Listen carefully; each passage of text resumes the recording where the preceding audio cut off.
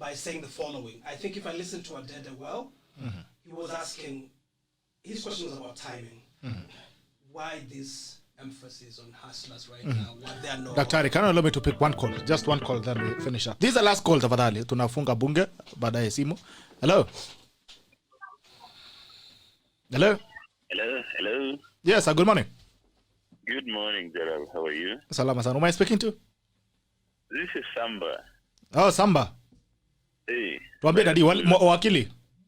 Hey, unaendelea aje? Habari ya WILKISTER? Poa sana. Habari ya Amesmile hapa ni kama amejua unaenda kumtaka wala makunaenda aje. Mdosi wangu Singoi, habari ya leo? Poa bro, poa. Mimi nilikuwa Kobo, sio barabara ni mbaya kutoka Kitale. ni rough sana. Hiyo barabara kutoka Kitale ukipita na Manjalala ukienda mpaka Kobo suko kabisa. Ni barabara mbovu. Took close to 3 hours on a stretch of less than 30 kilometers. It's sad, yes.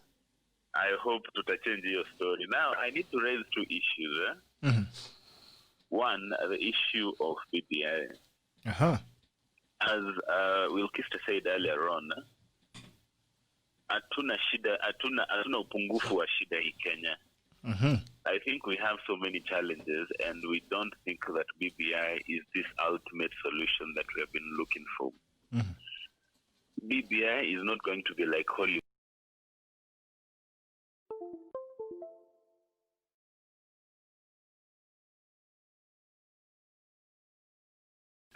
And a constitutional moment, then it cannot what? How many give it not? Why are we making the constitutional change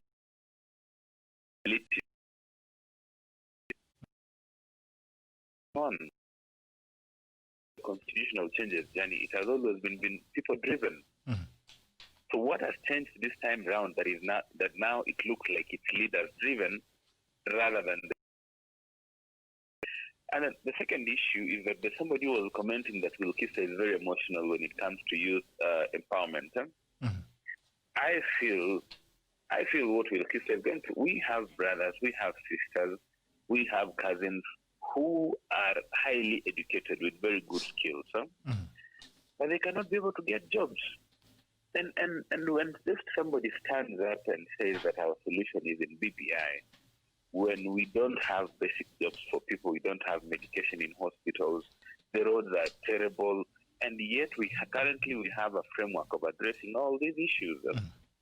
I think the problem with our country is that we do things from the elitist way.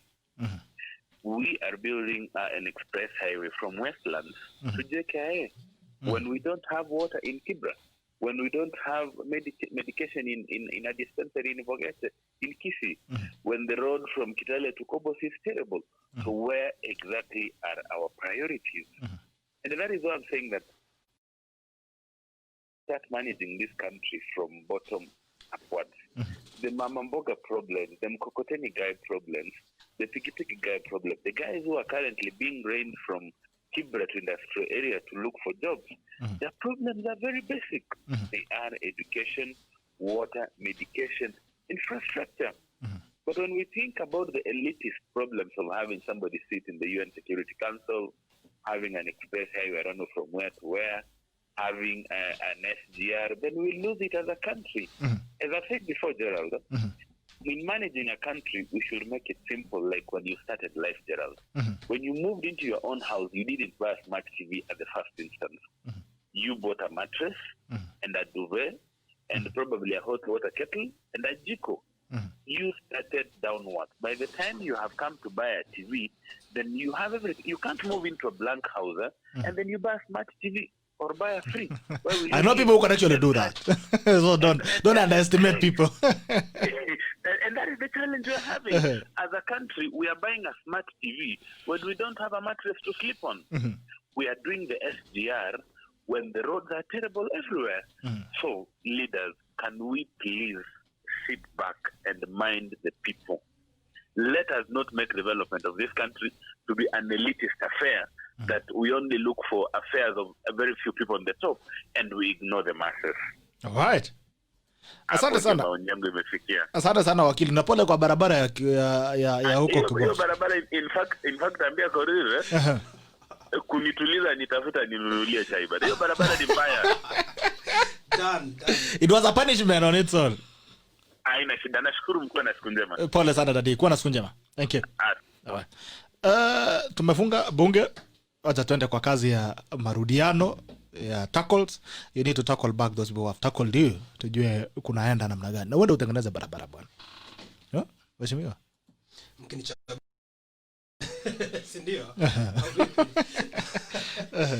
So, if I had Odede right, alikuwa anauliza kuhusu kwa nini hivi sasa focus ya deputy president ni kuhusu mambo ya hustlers. Okay? And he has not interacted enough with the work that the DP has done. If there's somebody who has a very clear record, if there's somebody who has a very clear record of engaging with the grassroots, in terms of providing support to communities, small and medium entrepreneurs, etc., it's the DP. For example, and these, by the way, Odede, he did it before the end of the first term, when he did a big fundraiser with the governor of Kajiado, wakauza ng'ombe nyingi sana, and they raised money for people to buy NHIF, to access NHIF. Okay? He did that in Kajiado, he did that in Narok. All right? That's a way in which he's actually responding to a very particular challenge. People want to access healthcare, but they do not have the wherewithal to be able to, as a group, be able to have NHIF. And so he has done that, and he's done that in many other places. And it's trying to ensure that, no one is left behind in terms of access to health. The big program, and talking again about sustainability, something that myself, WILKISTER has raised, the out of Northern Kenya right now, the biggest program, the Northeastern Development Initiative, NEDI, which is a World Bank funded program, was actually initiated by his office. It's a program. It's a 100 billion project that has all sorts of components, from education to water to road. That Modagashe road that is now under construction is being done under the aegis of this program, which the deputy president negotiated. So it's not as if he's now suddenly found himself, trying to ratchet up these rhetoric around hustlership. But he's always really been focused on how do we bring the margins to the mainstream. These peripheries of our country, these restive populations, whether they're young people without jobs, or pastoralists up north. How do we ensure that all of us are able to be, to call ourselves proudly citizens, so that watu wanatoka Turkana wasifike Kitale waseme sawa wamefika Kenya, lakini all of us can feel that we are one people. And so if you want to really deconstruct the hustlership mentality, it is a whole idea of how do we bring the peripheries to the mainstream, and how do we make the peripheries the organizing principle around our development logic right now. And that's also what informed LAPSET. If you look at LAPSET, it's about opening up another corridor up north in Kenya, from Lamu all the way to Isiolo, so that we don't just concentrate here in Nairobi, so that some of our population, our young people who are growing, and our population numbers that are growing by the year, some of those guys can move up north and get more opportunities. So it's really opening up the country for all of us. So my submission is, he didn't start it today. Maybe there is a lot more emphasis on it. There is more visibility to it. There is more drama and razzmatazz around it. But really the core of it, the core message, it's something he's been doing. I was talking to somebody from Wajir yesterday about some work he was doing with madrasa teachers in Wajir, for example. And they did a big fundraising to support madrasa teachers. Because as you know, there has been an education crisis in northern Kenya with a lot of insecurity. Teachers from TSC moved out. And so the community began to offer to meet that gap, the DP actually did a big fundraiser in Wajir, brought madrasa teachers and ensured therefore that young children can be able to access education among others. BBI, Adede also asks, why did he not give his views? Again, I think it boils down to what we said. And the view that DP has held and has been consistent on this is, can we find ways of implementing the Constitution first? Given everything else, given the challenges that we have, is there a way in which we can fully and faithfully and effectively implement the current Constitution? And if there are gaps, if peradventure we do find gaps based, on an audit, if we actually did an audit of the current Constitution, where are the actual gaps? A scientific audit, if those gaps can be teased out, and we have a process through which we can identify that these are gaps that can be ameliorated by way of amending the law. Other gaps can be ameliorated by way of amending the Constitution, etc., etc. So the DP's starting premise is, let's implement the current compact. It's good. It's progressive. It has quite a lot in there, including ways in which we could address the gender disparities in terms of representation. If we thought critically, we can be able to find a very creative law for ensuring that we can still have women as part of our polity. I want to thank Samba for his views. He was spot on. That road from now a place called Maridadi to Kobos is hell. I agree. The infrastructure gaps that you see in our country, and especially in Kitale, this is again one of the most productive areas of our country. But these farmers, with all their big farms, cannot get their produce to the market under these weather conditions, under the current climate, change situation. Corn is rotting in the farms, vegetables are rotting in the farm. They don't have roads. And yet, when you look at our investment in roads over the last couple of years, they have expanded exponentially. But there is a disproportionate investment in roads in some areas, while other areas are being left off. That doesn't need a constitutional amendment. That doesn't need BBI. It just needs, political goodwill. And those problems can be fixed, in my view, with good political goodwill. I also, appreciate the comments around, by Dr. Ojwang around policing poverty, and it is true. I think it's really unfortunate, because especially when you walk in our rural areas, forget now about urban areas. When you walk in our rural areas, the power that the police wields, and the way they use it, to abuse and to harass people who are trying to make a living in the streets of Kitale or in the streets of Busia and in other places. There is really a sense in which we have criminalized poverty and we've criminalized small enterprise. Is there a way in which, rather than criminalize people who are trying to make a living, to eke out a living, is there a way in which, in fact, we can facilitate and support them? And that's what the hustlership, mindset is really all about. All right. WILKISTER, you need to respond to your question. Actually, you respond to it. Ojwang has followed up with another question. He's wondering why you have a problem with the ASLA and whatever, the poor and the rich activities, or actually agitation, but you don't have a problem with the agitation of gender. Like now women are saying we also need equal opportunities with men. That's still a class. That's still a class. That's actually a class division. He's wondering why you have a problem with poor and rich, but you don't have a problem with women fighting against men. Women, young people, people living with disability are classified under the Constitution as special interest groups. All right? So the Constitution has them like that. Right? There's something he said when, in his closing remarks, he said, we always introduce dragons and slay these dragons. What that means in the Kenyan political context is this, that I will introduce a problem and become the messiah that wants to solve this problem, right? I want to take you back to 2007. I was in high school. When the war started, I was somewhere around Kondele, by the way. I was totally unaware of my tribe But it became apparent in that moment that I was more Luo than ever. In fact, a passerby on the road told me, msichana ingia ndani, your light skin looks like you are Kikuyu. Okay? I had to rush back into the house. I was going to high school in Coast. Coast had resumed normalcy. People were going to school.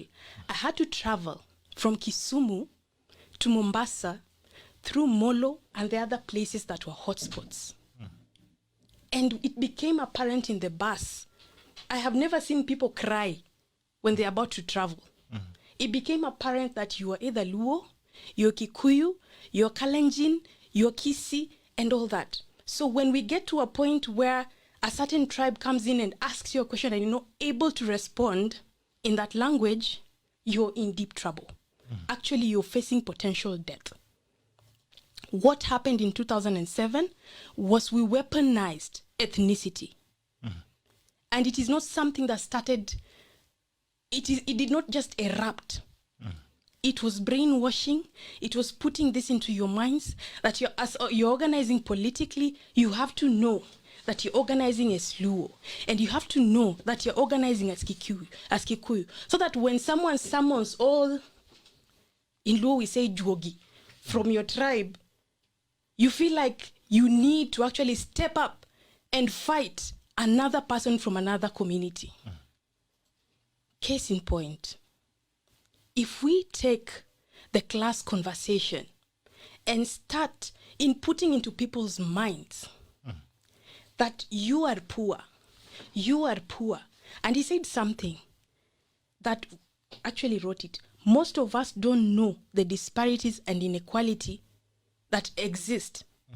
You want to tell me leo ordinary mwenye ako pale mtaani hajui ye ni odi? We know, daktari, poor people are aware of their situation. And by the way, let us not even pretend like poverty is something that is far-fetched. It is one medical bill. You're one medical bill away from poverty.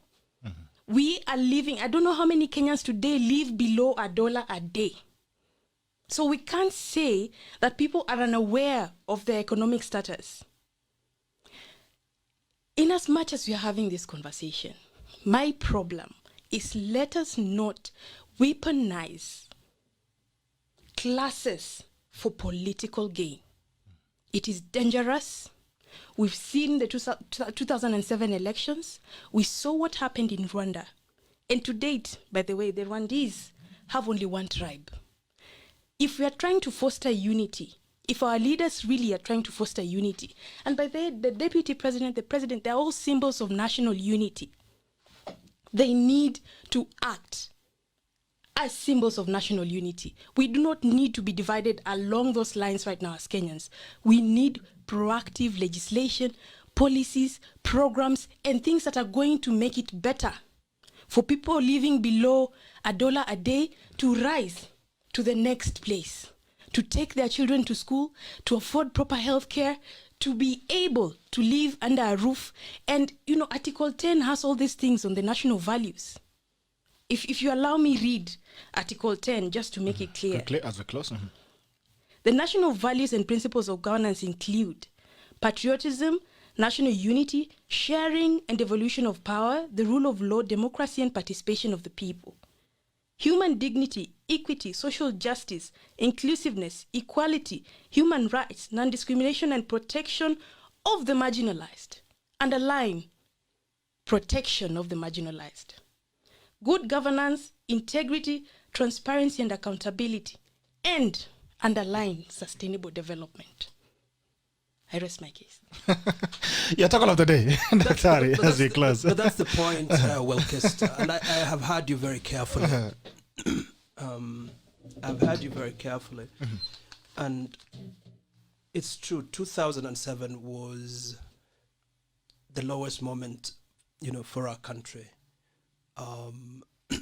And we came up with several programs to address some of the challenges that led to 2007, including the new constitution. One of the most critical reports that emanated from that process was the Truth, Justice and Reconciliation Commission report, which lies somewhere in Parliament, after millions of shillings, was expended towards that process.